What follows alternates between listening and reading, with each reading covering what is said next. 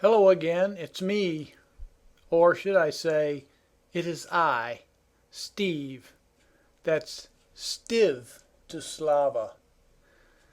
I'm here to talk about score order today. If you're an orchestral instrumentalist or musician, you may have some idea what score order is already. I want to explain some of the details and show some examples of score order. Basically, what we're talking about is the grouping of instruments in the score. And what is the score? It's the conductor's music. He's looking at all the instrumental parts for a particular composition, and this facilitates his being able to rehearse with the orchestra.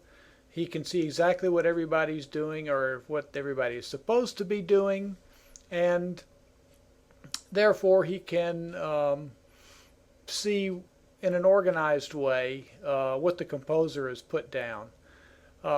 Basically, the order is according to the families of instruments would be woodwinds at the top, and then next comes the brass section, then the percussion section, then you will have keyboards, a harp, perhaps you have a chorus or singers. They will go next right above the final section, which is the string section.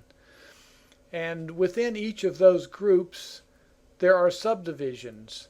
So within the wind section you have flutes with piccolo, you have oboes, English horn, then you have clarinets with perhaps bass clarinet and E-flat clarinet, then you have bassoons and contrabassoon. That rounds out the wind section. Then in the brass you usually have horns coming at the top of the brass section.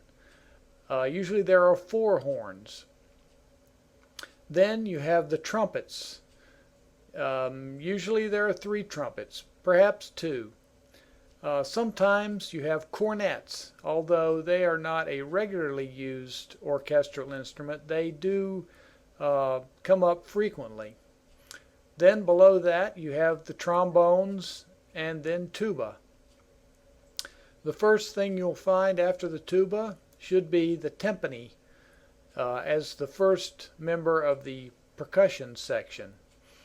Then the percussion is a little bit more troublesome because you have so many instruments. It's hard to list all of them and say what order they might come in the score. I would say there's no regularity of this, but in general the percussion can be divided into 2 groups. That is pitched percussion, such as xylophone, glockenspiels, and chimes that actually play notes. And then you have the unpitched percussion, such as drums, cymbals, triangles, and this sort of thing. Then you will have in your score probably something like either piano, celeste, maybe harpsichord or synthesizer. Then at the bottom of that section you will have the harp. After your that whole grouping of families of the winds, brass, percussion, and keyboards, you will have your string section. The string section consisting of first violin, second violin, violas, cellos, and basses. And let me also add that the second violins are exactly the same instrument as the first violins. There's no difference. They are only playing different music. If you have a chorus or a singer, a solo piano, solo violin, something like that, those instruments or voices will be placed usually immediately above the string section. Although I can't say that this is 100% consistent, far from it, and I'll show some examples of that in a moment. Now, to continue talking about score order, I want to show you an actual conductor score. This is the C Symphony, or A C Symphony by Ralph Vaughan Williams. And you'll notice the title page is followed by a page which lists all of the instruments required. And in this case, it shows the minimum instruments required, and then some explanation here, and then other instruments which are included in the music but not necessarily required. Here is the first page of music showing the correct score order, which you should use if you're an aspiring composer, starting with piccolo, flutes, oboes, English horn, clarinets, bassoons. That's the wind section. Then the horns, trumpets, trombones and tuba, timpani, percussion, and in this case 2 harps and organ. Then in this piece we also have a chorus. Then we have the string section, violin 1, violin 2, viola, cello, bass. That shows the correct score order and the layout that you should use. On your first page of music, you should show all the instruments that are needed for that particular piece. This score I'll show you is an exception to what I've just told you about score order. If you'll notice here, Sergei Prokofiev, Symphony number 5. We turn to the first page, and again you'll see a listing of all the instruments in score order. And you'll notice here are the winds, followed by the brass. And you'll see in the brass it says trombe, corni, and tromboni, then tuba.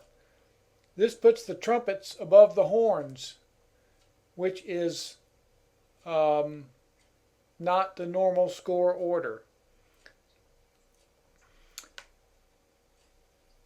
Here we have the first page of music, and again the first staff there does not show all of the instruments required for this piece. It shows only the instruments that are playing. And in this case, you can see it's flutes, bassoons, violas, cellos, and basses. So this is an exception to what I consider to be good practice.